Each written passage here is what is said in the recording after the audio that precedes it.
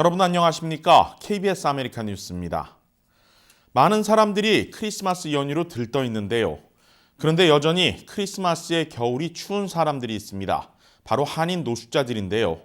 오랜 기간 함께 동거동락하며 노숙자들의 재활을 돕는 한인 신부가 있습니다. 김경일 기자가 한인 노숙자들이 있는 쉘터를 찾아가 봤습니다. 추운 거리에 방치된 노숙자들. 이런 이들을 바라보는 시선도 차갑습니다. 그러나 이들 중 상당수는 현실의 벽을 넘지 못해 쓰러진 사람들입니다. 한인 노숙자들이 거리에서 기묘한 신부를 만난 건 기적과도 같은 일이었습니다. 길에서 자다가 죽다 살아났어요. 거의 시체됐었는데 여기 와서 지금 살아났습니다. 천사죠 뭐. 노숙자들과 함께 거주하는 성공의 기묘한 신부. 정신적으로 문제가 있는 사람부터 서류 미비자로 일자리를 찾기 어려운 사람들을 돕는 일은 결코 쉽지 않지만 꼭 해야 하는 이유가 있습니다. 두말할 것도 없이 같은 동포가 추운 땅에서 산다는 건 이건 우리 자존심의 문제이고, 정신적인 문제, 육체적인 장애로 인한 사람들은 뭐 우리가 보호해야죠. 그리고 또 사업에 어려움을 갑자기 겪었다든가 그런 분들은 조금만 도와주면 또 다시 재기할 수가 있고, 그러니까 역시 사람은 혼자 살 수 없잖아요. 서로 함께 살아야죠. 또 없고. 거리의 노숙자들의 모습과는 달리 깨끗한 환경 속에서 생활합니다. 방 하나에 3명씩 거주하는데 이들 나름대로 정해진 원칙과 규율 속에 공동체를 형성하고 있습니다. 복도에 누워있는 한 노숙자. 공동생활 규칙을 어긴 죄로 벌칙을 받고 있습니다. 지금까지 130여 명의 한인 노숙자들이 김 신부의 보살핌을 받다 사회로 다시 나아갔습니다. 남아있는 사람들도 언젠가는 다시 사회로 복귀할 것입니다. 이들이 처음부터 노숙자는 아니었습니다. 목공, 자동차 정비 등 일터도 있었습니다. 쉘터의 거주자들 중 절반은 병들고 나이 들어 더 이상 사회생활이 어려운 경우도 있습니다. 겁이 납니다.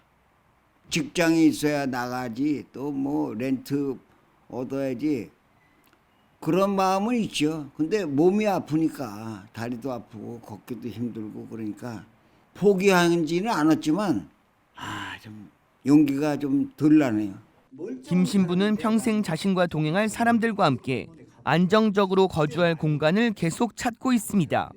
어떤 헌 집이라든가 또 자기 집을 이렇게 렌트해 주시면은 저희들이 더 깨끗이 또 렌트비도 얼마든지 낼 수 있고 이렇게 지낼 수가 있으니까 그런 걸 좀 제공해 주셨으면 제일 좋겠습니다. 힘들게 번 돈을 남에게 쓰는 것은 쉽지 않은 일. 김 신부는 한인들의 온정에 언제나 감사를 표하며 주위의 어려운 사람들을 돕는 기적이 계속 이어지길 희망했습니다. KBS 뉴스 김경일입니다. 크리스마스에 가족과 지인들에게 감사의 마음과 함께 선물들 많이 하시죠. 올해 크리스마스에는 한 가구당 평균 지출액이 $1,000를 넘어섰다고 합니다. 이유수 기자가 보도합니다. 이번 크리스마스 연휴 미국 소비자들의 지출 규모는 340억 달러. 연중 최대 소비가 이뤄지는 블랙 프라이데이 매출보다 25억 달러 더 많은 수치입니다. 가구당 지출액은 평균 $1,047. 지난해 같은 기간에 집계된 $1,007 24센트에 비해 4%가량 증가했습니다. 소비 심리가 높아진 이유는 무엇일까? 전미 소매협회 NRF는 높아진 최저임금과 강한 시장 탓에 소비 심리가 연중 최대치로 오른 것으로 보고 있습니다. 이에 더해 연말 보너스로 자금이 확보된 소비자들이 연말 세일 기간을 맞아 소비에 집중하고 있는 겁니다. 블랙 프라이데이가 있는 11월부터 크리스마스 연휴가 있는 12월까지 매출은 미국의 연간 소비액의 20% 규모에 달합니다. 지난해 다소 주춤했던 소비 심리와 달리 올해는 투자 시장 역시 증시 부양 효과를 누렸습니다. 주택 재융자로 인한 현금 유동성이 늘며 소비자들의 지출이 더 늘어났다는 분석도 나오고 있습니다. 한편 소매점을 찾는 소비자보다 온라인 쇼핑 비율이 높아지며 이번 연휴 기간 동안 전국에 20억 개 이상의 소포가 배달될 것으로 보입니다. KBS 뉴스 이우수입니다. 미국과 캐나다의 하늘을 지키는 북미 항공우주방위사령부. 매년 크리스마스 때면 이들의 임무는 하나가 더 늘어납니다. 일명 산타클로스 위치 추적 작전인데요. 박시몬 기자가 산타의 위치를 추적하는 방법 알려드립니다.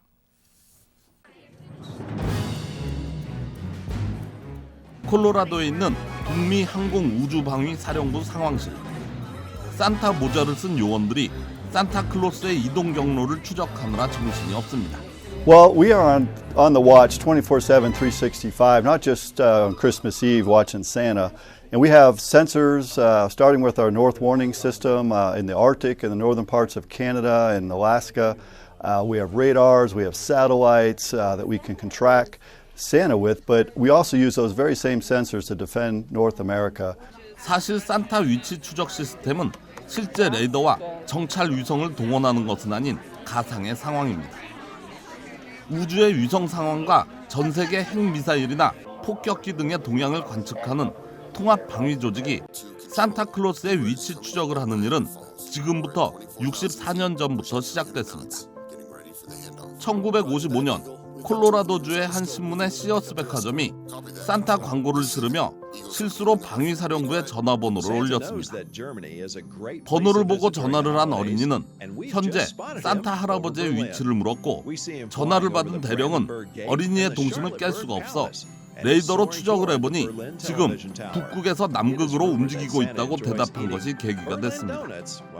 이후 64년이 지난 현재까지 산타클로스 추적 작전은 전통으로 이어져 오며 새로운 임무가 추가된 것입니다. 이제는 15,000명의 자원봉사자가 참여를 하고 있고, 구글과 마이크로소프트 등 대형 IT 기업들도 기술을 제공하며 동참하고 있습니다. I highly recommend that the kids go to bed early. That they are then postured when Santa comes, he can come right down the chimney, deliver the gifts, so when they wake up the next morning, they'll have a great Christmas. 산타 위치 추적은 페이스북을 비롯해 인스타그램, 알렉사 등 SNS를 비롯한 AI 기기들에서도 확인할 수 있습니다. KBS 뉴스 박시몬입니다. 내년 하반기부터 LA시를 포함한 일부 대도시의 시간당 최저임금이 $15로 올라갑니다. 최저임금 $15는 LA시를 비롯한 워싱턴 DC, 사우스 샌프란시스코 등 24개 주 48개 시정부에서 시행됩니다. 직원 26명 이상을 둔 LA시와 LA 카운티 직할지 소재 기업들은 내년 7월 1일부터 시간당 $15의 임금을 지불해야 합니다.